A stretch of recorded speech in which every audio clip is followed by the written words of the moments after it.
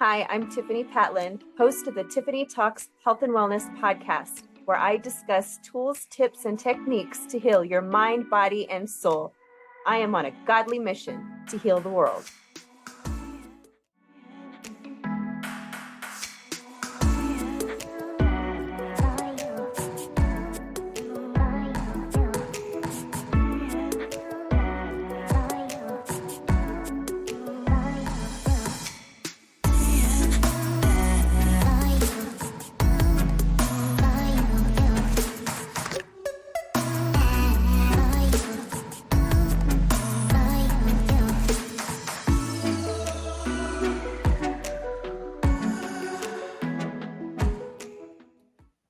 Hello, everybody, and thank you for joining me today for today's podcast 40.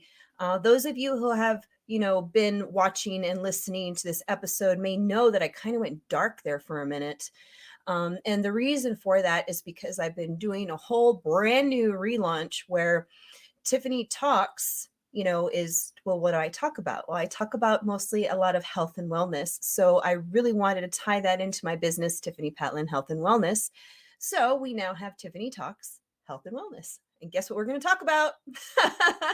Mental health, physical health, which comes in two parts, nutrition as well as fitness, and spiritual health.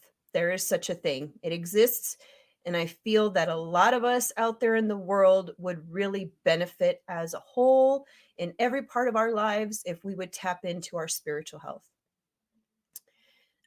So that's what this episode is all about, breaking the chains of generational trauma. Now, I know this probably speaks to a lot of parents out there, especially mothers from my perspective, from what I've seen. As moms specifically, being a mother myself of 3 beautiful boys and experiencing a life of traumatic abuse in various forms, I know how important it is to want to raise our children, my children. I want to raise them the best that I can, and I want to give them the best life. And what I don't want to do is I do not want to pass on any type of trauma, any type of behavior, any type of thoughts, any type of habits that I have because of the trauma that I experienced. I do not want to pass that on to my children. And, I thought, I'm making good choices when my son Ashton was first born. I thought to myself, I'm doing such a great job. I didn't drink. I quit smoking cigarettes and doing any and all drugs. When I found out I was pregnant, I stopped everything cold turkey. I'm doing amazing. Still going to school. I'm doing this and that. I'm doing so good. And sure, I was. But the truth is, the reality is, I was still mentally ill. And it came out. It came out in how I showed up in the world. It came out in how I acted at home, how I cleaned my home, the relationships I had, how the friends that I had, how I spoke, how I thought. I mean, it infiltrates every part of your being. And the crazy part is we don't always realize it. We don't realize that we're being triggered from an old suppressed emotion that we're feeling from an event that happened in our past. It's not happening now in the current moment, but what is happening in the current moment is we're re-experiencing that emotion from that traumatic event from the past. That's why my personal opinion and belief from everything I've seen is why a lot of people tend to what they call overreact. We see people, or especially in relationships, we think the other person is crazy. And a lot of times it's because they may be triggered and not even realize it. And they're reacting and they're coming from a place of pain that may not, relate to what's currently happening in the current moment. So that's another reason why it's really, really important to, process your trauma and release it. And I know a lot of people are scared. I've heard and seen, text about, how you're reliving your trauma and how it's so bad and that you don't want to do that. And I can understand the thought process behind that. I mean, who wants to feel pain, right? I get that. But from my own personal experience and knowing a lot of other people that have gone through the same thing, what I've learned is that that's where all the answers are. The answers are in our past. there wouldn't be such a thing as a need for breaking generational trauma if there wasn't something to break. So like it exists even though we don't realize that it exists. It's in there. It's within us. It's part of our being. There's that famous saying to identify issues in your tissues because it does become a part of us mentally, physically, and spiritually, which is why I created this amazing tool of tears. What I did is I took a lot of little modalities that I experienced and dabbled in and went through that worked for me as well as many other people. And I basically put it together in a ritual. On top of that, I also wanted to include the five senses. So that was important for me to do. So that's what this is, the Tool of T.E.A.R.S. T.E.A.R.S is an acronym, okay? And T stands for timeline. And I will explain each of these in further detail. T is for a timeline. E is for emotional release. A is for affirm your truth. R is for reflection. And S is for self-care. And like I said, I will go into each of these more. First, I want to read to you a little excerpt from Dr. William Frey. Emotional tears have special health benefits. Biochemist and tear expert Dr. William Frey at the Ramsey Medical Center in Minneapolis discovered that reflex tears are 98% water, whereas emotional tears contain stress hormones that get excreted from the body through crying. Wow. After studying the composition of tears, Dr. Frey found that emotional tears shed these hormones and other toxins that accumulate during stress. Additional studies also suggest that crying stimulates the production of endorphins, our body's natural painkiller and feel-good hormones.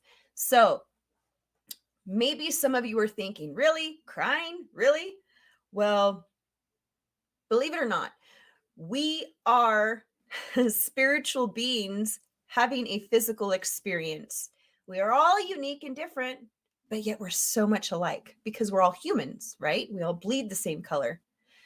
So there's something to be said about this. And I just encourage you to stick with me as I continue to explain this whole procedure.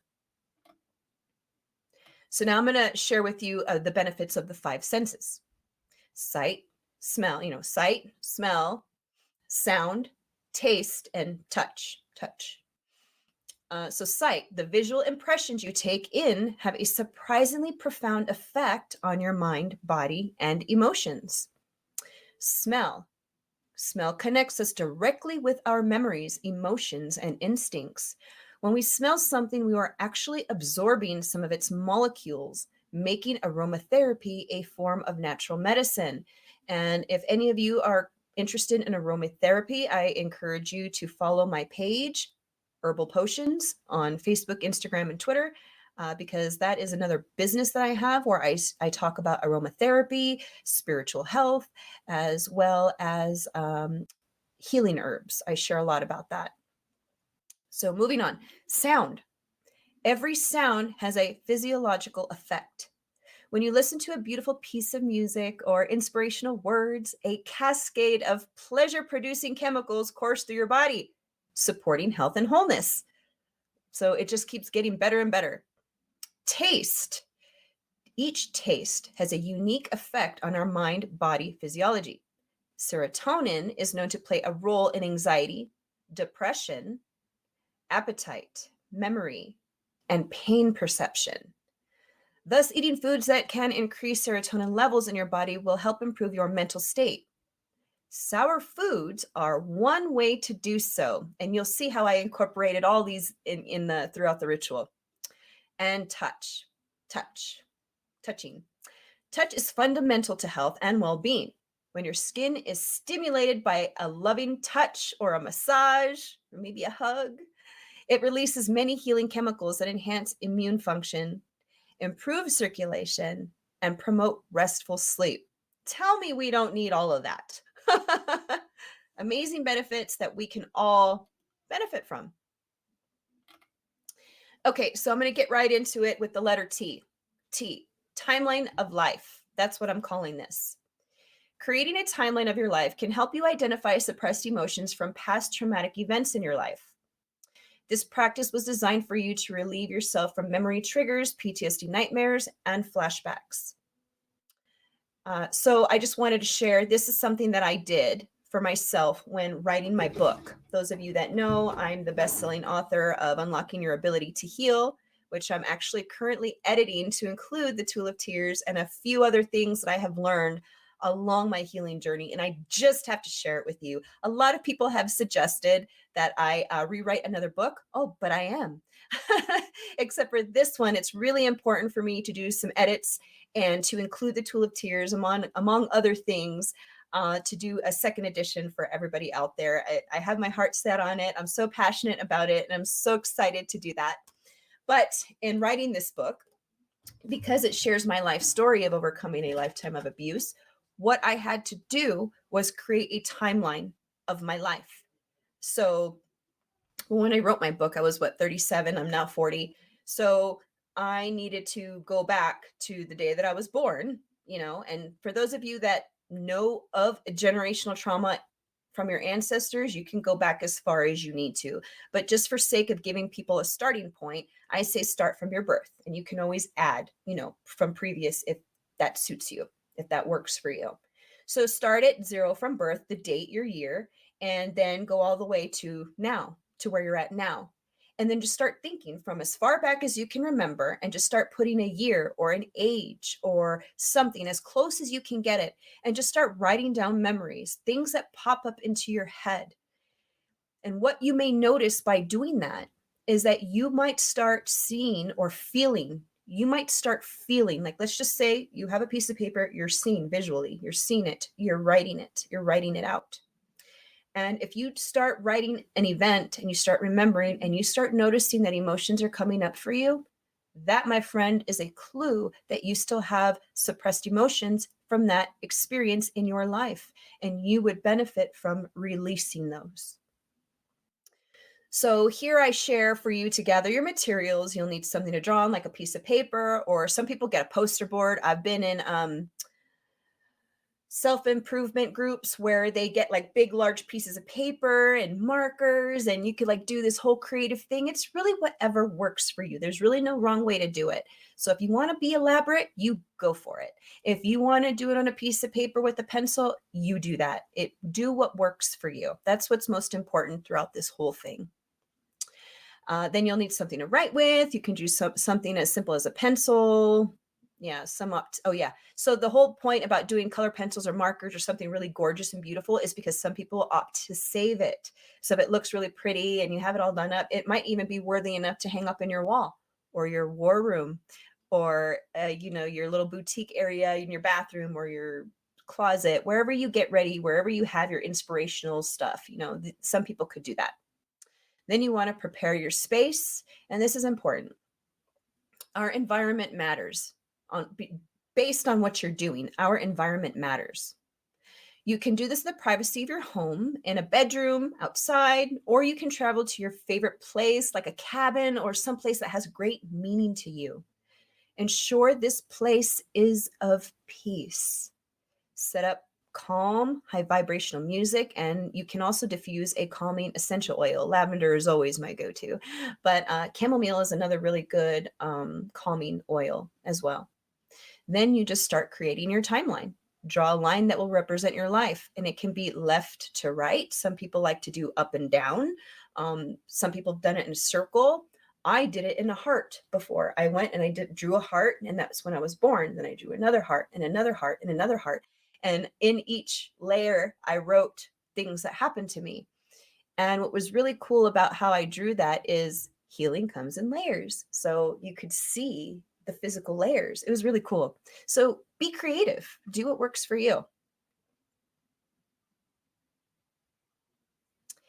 So as I mentioned, you start from your birth all the way to your present, and you write all the memories down in chronological order to the best of your ability, because that's really important, and I'll share why. So again, those of you that know my story, I don't think you guys can see, but I had started cutting myself. I have some more over here. Can't really see that well. I had started cutting I thought, Let me rephrase that. I thought I had started cutting myself after the first time I was incestuously raped by my 23-year-old cousin. But I was wrong. And the only way I figured that out was by creating a timeline of my life. And what I discovered is that I started cutting myself prior to that, when I was 11, when my mother kicked me out of the apartment and I hopped a wall and was on a deserted plot of land, and there was a ton of broken beer bottles all over the ground. And I was so angry. I'm in Vegas, the sun's shining. I had just woken up and I don't even remember what happened that was worth my mother thinking I deserved to be kicked out of the apartment. But being embarrassed, I wanted to hide over there. And I'm just sitting there moping around, wandering, staring at all this broken glass. So I opted to pick up a piece and start cutting myself. And that's when I carved in my arm, I hate mom. And that just goes to show that I was experiencing neglect from my mother. I wasn't getting what I needed from my mother. And I did not know that at that time. I was young. I'm not meant to know or understand that. And unfortunately, my mother didn't realize that either. I would like to think if she had, she would have been there for me more. But you know what? With healing, I have wrapped my childhood in nothing but love and gratitude for lessons learned. And I'll point that out here in the ritual. Reflection is a really important piece. And it's what allowed me to be able to look at my mother and forgive her and understand that she too was a victim in her life. And what trauma is she carrying? What generational trauma did my grandmother pass on to her? You see, so it's almost like it's never ending. It repeats itself until one day, someone like you who's watching, who's listening, stands up and says, you know what? It stops with me. I may not know every single little thing I have to do, but I'm going to make the choice right here and right now to break the chains of generational trauma, because I know that my children deserve the very, very best. And the only way to give them that is by purging all of that stuff that I'm carrying within me so I do not transfer it to my children. And I have faith in every single one of you. You can do this. I created this Tool of T.E.A.R.S specifically for you. So now let's get into E. So now that you've identified traumatic experiences in your life that you may still have emotions coming up for you, the next step is to do an emotional release. Now, I don't recommend doing it for every single thing that you notice. Do this ritual for one event at a time on your timeline. So you do your timeline and then you write down all these memories. Maybe you have 4 or 5 memories that you notice are bringing up emotions. Okay. So when it comes to the next step, emotional release, choose one of those memories and then start this process. So I'll read this to you. The emotional release, it's for smell and sound. And now that you have identified a memory of suppressed emotions from your timeline, it's time to release them in a holistic way that is safe for you and doesn't harm others. That's what's key. So you gather your materials. Again, you can use a piece of paper, a journal, and a pen or pencil. You can use your phone, your computer. Use what resonates with you. We're all different, and that's perfectly fine. And then same thing, you want to prepare your space, and it depends on what you feel you need to do. So you could do this in the same setting you use to create your timeline, which is an environment of peace. But if you experienced anger as one of your emotions, you may want to have some pillows ready to scream into. Or maybe you decided to go out to your cabin so you could scream as loud as you want to without somebody calling the cops thinking you're being, hurt. So you may want to have some pillows ready to scream into. Maybe you have, or you can scream and punch them. Maybe you have a punching bag. Maybe you just want to run as far as you can until you can't run no more. And you're just getting all that stuff out of your system and you're crying and you're angry. I did that before on a treadmill and I didn't realize that I was actually healing myself, but I was. And get this, I mean, I don't listen to this type of music now because of the low vibrations and everything I've learned. But back then, what I did was I opted to play the song Into the Night by Disturbed because I was very disturbed at that time in my life. And I opted to do intervals, which is where you run as fast as you can. I would do it for a full minute.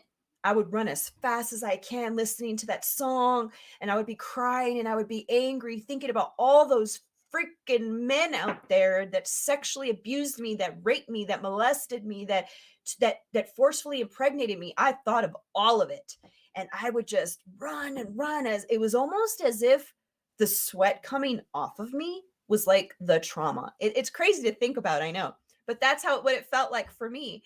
So running, maybe even weightlifting, all of that. There's something to be said about all of that. So you really got to choose something that resonates with you as a unique individual. But the only thing I ask is that you make sure it does not hurt you or hurt somebody else. So if you choose to write, you can sit comfortably and start writing or typing out everything you could think of from this painful memory. It could be you writing to this person that hurt you. And don't even think about what they're going to think, how they're going to feel, what they're going to say, because you are not sending this to them. Do not send this to them. I'm asking you to please do not send this to them. That's not what this is. We're working on you. It has nothing to do with anybody else. This is for you. So you sit there, and if you feel the need to write as if you're speaking to this person, then you do just that. If you want to write other thoughts that you think and that you feel, your thoughts, your emotions, whatever that is, you just purge it. You let it out. You let it all out. If you're crying and you have to get up and take a break, you do that, but let yourself feel.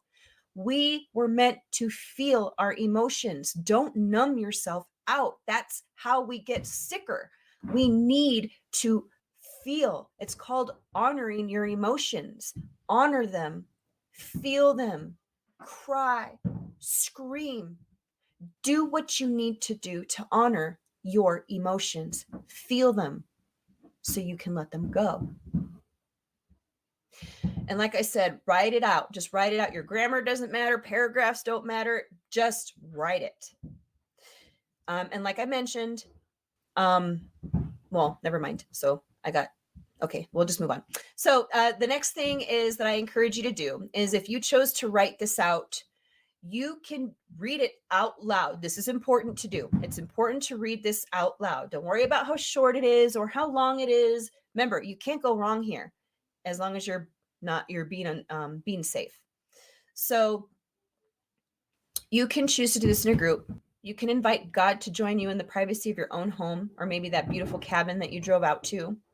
You can have a group of people that support you, family. But what I encourage you to do is make sure it's somebody that supports you, not somebody that brings you down, not somebody that verbally abuses you, not somebody who thinks that healing is blah, blah, whatever. It has to be somebody that is going to support you, that understands. And if you feel like you have nobody, don't forget your creator is there. All you have to do is invite him in. And if you're in a position where you do not feel comfortable doing that right now, that is okay. We all have a journey, and there's reasons for it all. Okay? So no judgment to anybody out there, and I am always here for you. I want you to know that. If you feel you're not ready to talk to God, if you feel like you are alone, if you feel like you don't have anybody around you to support you, I'm here for you. And all you have to do is schedule a complimentary call on my website. You can do that through my website. It's actually down in the description in the little ticker right here. And I'd be happy to sit there without judgment, support, a sounding board, to just be there with you and feel with you. I'll even cry with you. I'll do whatever I need to do to support you. So I want you to know that. So after you read this out loud, you may be crying. Let yourself feel. You may be feeling angry. You may be feeling those emotions, and that's okay. Get it out. Read it out loud. And then you can rip up what you wrote, or you can opt to burn it safely. Do what resonates with you, and you can repeat the following or something to the same effect. I declare that I am no longer attached to the emotions from this life experience. And you can go on to say a lot more. Maybe there's more that's coming through for you and you just want to get it out, then you go for it. You do that. So now we're going to move on to A. A is affirm your truth. And the senses that this touches is sight, smell, and sound. So again, you gather your materials, phone, computer, paper, journal, whatever resonates with you. Play that high vibrational music, instrumental music, the calming essential oils, and you want a mirror. Make sure you have a mirror. So you prepare your space. Again, you can use the same setting, that peaceful setting in your timeline, the vibrational music, all that good stuff. Create your beautiful space. And then you want to create your very own affirmations. And the reason why this is very important is because when we experience a traumatic event, we also adopt the lies of those circumstances. We start to believe that we're not important, that all we deserve is all the crap that we receive, that we can never reach those things, that I believed that I was born to be sexually abused. I truly believed that. I wore that as my identity, and I became a very promiscuous drunk of a woman that would just go out there because I truly believed that that's what I was born. That's why I was born. And why did I believe that? Because of all of the circumstances in my past that led me to believe that. But it was a lie. It was a lie. Man, it was a lie. And I'm so glad that I acknowledged it and I was able to release myself from it. I'm so grateful to not be living in that moment anymore. So this is why once you pick that traumatic event, you identify those emotions, you release them, then you could start rebuilding yourself back up to affirm your truth. And the truth is, here's some examples. I am strong. I am independent. I am healed. I am whole. I am happy. Those of you that are for God, I am a child of God. I am his most precious daughter. Say whatever resonates with you. Let it be the truth of who you really are. You may also include biblical scriptures as well. That can be very, very powerful for those believers out there. So then you want to affirm your truth. So first you're creating those affirmations, and now you want to affirm your truth. Stand in front of a mirror. Some people have done where they do like that shadow child work and they have you get like an image of a photo of yourself. If you want to do that, by all means do that. But I'm recommending to do this in the mirror for you right here, right now, because it's current. And I want you to look deep into your eyes. And that's when I want you to recite your affirmations. Believe them, embody them, look into your eyes, into your soul, and talk to yourself, your mind, your body, and your soul, and remind yourself of the truth of who you are. Not the identity that you took on because of the trauma you experienced from some other person's poor choice. No, that's not the truth of who you are. You know the truth of who you are. And that's what you're going to do here. And again, if you need help with this, I'm here for you. Okay? So it's really important for you to do this. Stand in that mirror and share it. Talk to yourself. Affirm that truth.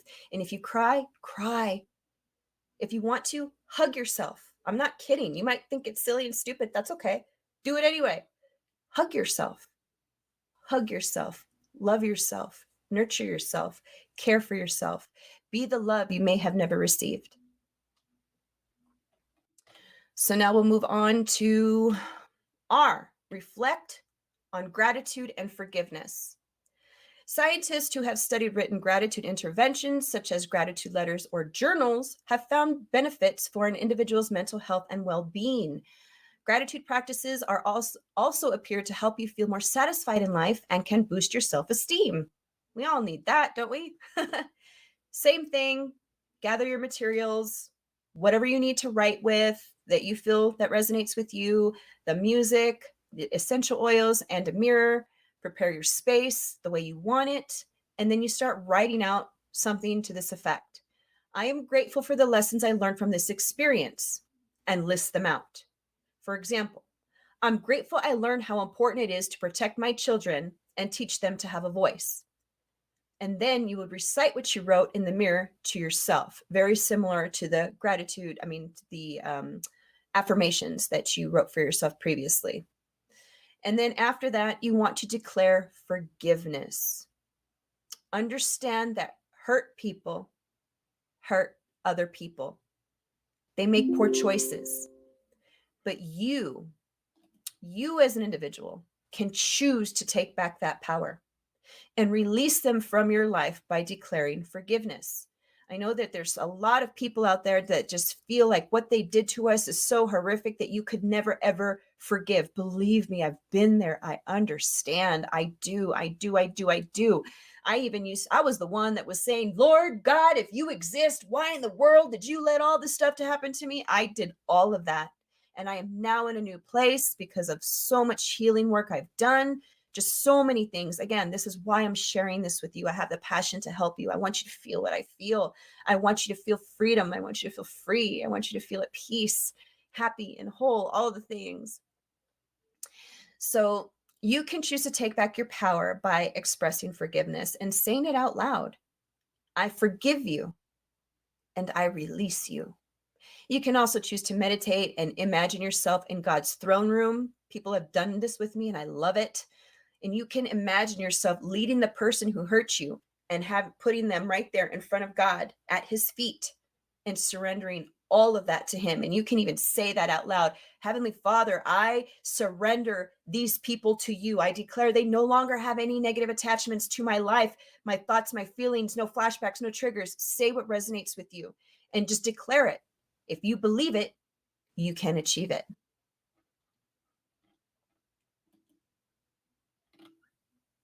So now we're down to S, the self-care. The senses are sight, smell, sound, taste, and touch. I included them all in this one. Self-care is how you take your power back. Forgiveness of self is essential in reducing of the effects of depression on suicidality. Funny word. Well, not really. I meant how I pronounced it.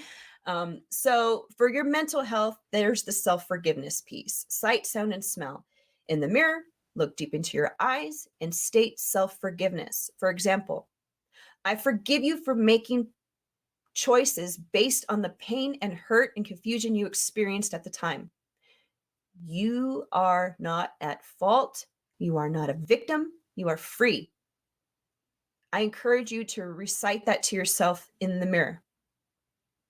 Self-forgiveness is important. Like I said, when I mentioned about that identity I took on and how I became a very promiscuous woman, that was a poor choice on my part.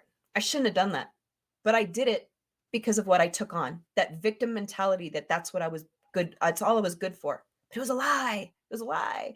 And based off those lies, I made poor choices that further hurt me. So I had to forgive myself for that. And it was easy because I understood that things happened to me that were not my fault and it was somebody else's choice.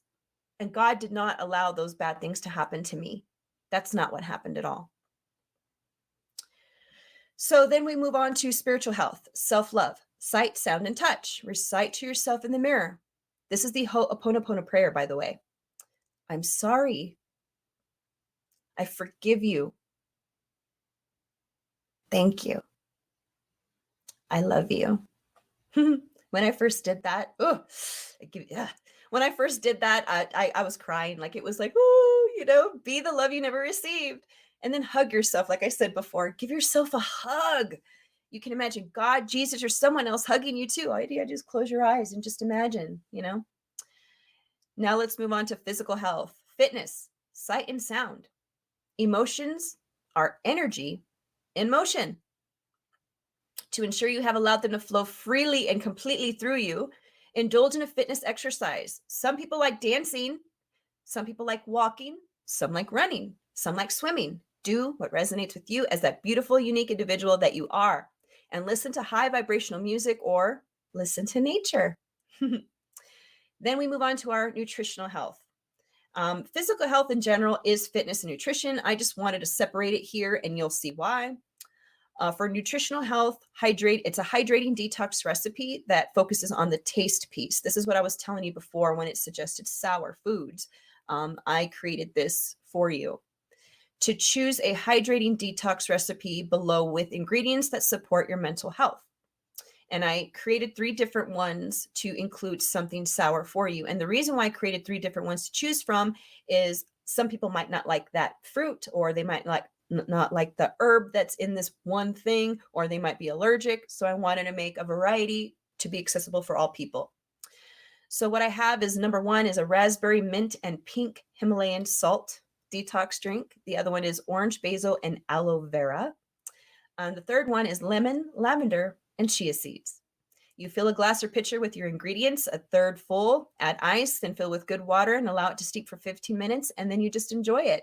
If you were to handle that, create that before you went on your walk, on your physical walk, or your swimming, or whatever physical exercise you're planning to do, when you came back, that would be ready for you because it would have been steeping for 15 minutes, if not longer, depending on how long you take. And you can come back and relax and enjoy that and probably take a nap and just be gentle with yourself. And I guarantee you, the next day, you will feel different. And I can't wait to hear all about it. I'm so excited for all of you out there that are listening, that are watching, that are planning to use this. This Tool of T.E.A.R.S is my gift to you, to the world. And you can get it, it says down below, you can get it by visiting my website. Where is it? Right there, at TiffaniPatlan.com. Provide your email for me so I can send you additional things. You can get that PDF document. You can download it and print it, share it with your loved ones. It's my gift to the world to help people, mothers, parents, people all over the world, to break the chains of generational trauma. So that's it for me, everybody. I'm sending you all so much love and light. And I'm praying for the world. And if you just want to connect with me and talk with me about anything that's ailing you, if you have questions, concerns, anything at all, you are more than welcome to schedule a complimentary session with me. Same place by visiting TiffaniPatlan.com. And yeah, that's it for me, guys. Sending you love and light. Bye.